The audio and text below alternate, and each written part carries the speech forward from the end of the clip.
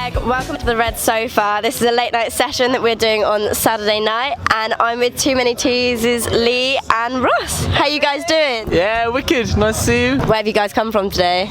We played earlier at Netherworld in Kent, like a little festival, yeah, and it was f***ing awesome. Good, vibing? Yeah, it was vibing, big time, yeah, and then set went really well, and then we stopped halfway for a nap, and then tidy, and then carried on, and then just got it, man, and then super excited. We're going on after Onipo, like one of my new favourite bands, so I'm pretty hyped.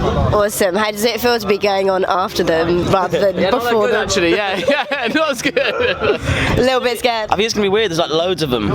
There's just 3 of us on stage. They've all got instruments, and we've just got mics. That's fine. All you need is a mic sometimes. It's not a competition, though. You know what I mean? It's not a competition. Change. Yeah. Have you guys ever been to Valley Fest before? Never. No. Oh no. So you've not seen it in the daylight with the lake in the background and stuff? Oh, but our friend's here, and he said it's just beautiful sight. So looking forward. I quite like getting places at night, and when you don't know when anything's gonna look like, then you wake up in the morning just like. So are you guys kind of bringing out new music soon? What's on the agenda for this year? Yeah, well, we've been real busy in the studio since we got back from a huge tour. Got back in end of April, and since then we've just been busy recording. We're gonna wrap a new album, finish it on Monday. Yeah, ready last session. Yeah, last session in the studio. Yeah, so exciting times. Kind of written and made this whole album in about 6 months, which is less probably. Yeah, which has been and it's we wrote quite a lot of it whilst we were on tour. We got back and sort of written the other half, and then just been intense in the studio the last few weeks, just recording, mixing, and then it's a big collaborative project with lots of French artists. So we're dealing with lots of other people. 14 different French artists. 14. Yeah. How's that been on the language barrier front? Difficult for them, I think. You guys happy to be kind of touring, or would you rather be in the studio? Where sits better with you guys? Touring. Well, the studio is just there's too much pressure in the studio. It's you've got one opportunity to get it right, and then that's how it's always going to be forever. And your critical brain has too much opportunity to get involved and say, oh, you should do it this way or that way or change it, and you just end up kind of confused. It's hard to be clinical. There's 2 parts. There's the writing the music, which is the most fun thing ever, and the most fun and rewarding thing that you can. I think it's both our favourite thing to do, and it's write new tunes. Yeah. And then go through it and just go, this is sick.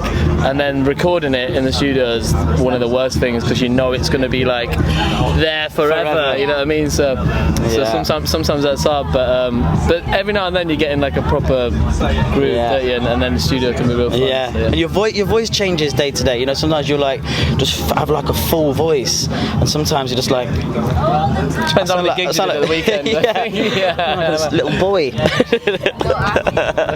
So you guys have had a huge bit of success recently with your viral video about our new Prime Minister.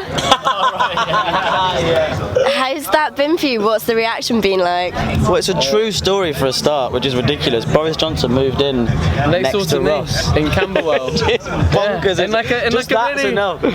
It's a really normal place. Honestly, I got a couple of people saying God, he must be rich. Is he mummy and daddy's boy? And it's no.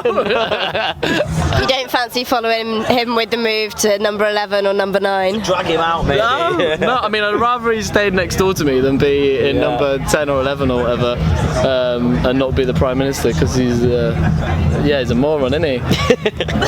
But he's clever, weird moron. But it was such a strange thing, and it was we found out he'd moved in, and then I sort of started writing a song about it, and then one day there's loads of paparazzi there, and they're asking me what I thought of him, and then I just sort of started doing this tune that I started writing, and then I was like, oh crap, I've got to actually finish a song now. So did the whole song, but actually when it finally came out and stuff, I was happy to kind of just move on and make some proper music again. So it was just a bit weird,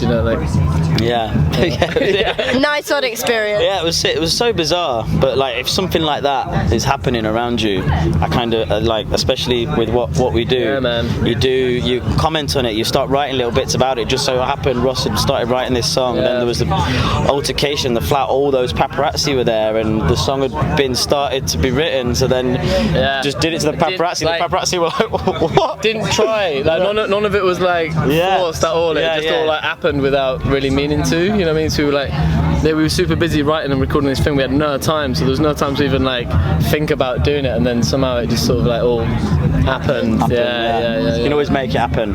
Yeah, you can always find an extra few hours or days somehow. But it's interesting, but it's also like the whole thing. Why I'm saying like it was kind of good to like get out of the way is because it's so depressing.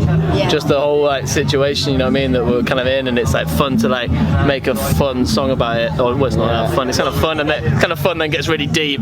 It's good to frame it in a different way. Do you know what I mean? It was never sort of moaning really about the situation, but more posing questions that hopefully other people might ask and would then question his character, which maybe would influence some people when they're making decisions on who they want as their future leader. But it's all weird, isn't it? You don't know what people are thinking and why. Like, it's weird. Well, guys, it's been an absolute pleasure to have you here, Too Many Teas. Thank you so much.